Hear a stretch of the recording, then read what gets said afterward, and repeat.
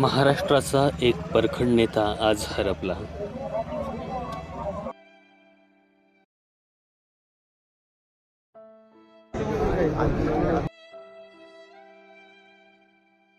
अजितदादांच्या विमान अपघातामागील निवडणुकीच्या सभेसाठी मुंबईहून बारामतीकडे येताना उपमुख्यमंत्री अजितदादा पवार यांचा विमान अपघाताने दुर्दैवी मृत्यू झाला.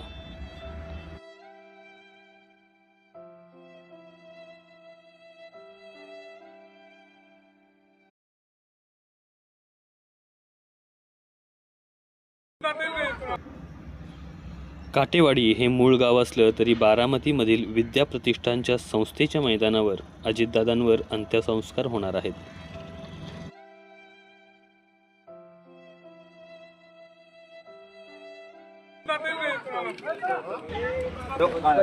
अठ्ठावीस तारखेच्या मध्यरात्रीपासूनच अजितदादांवर होणाऱ्या अंत्यसंस्काराची तयारी सुरू झाली आहे.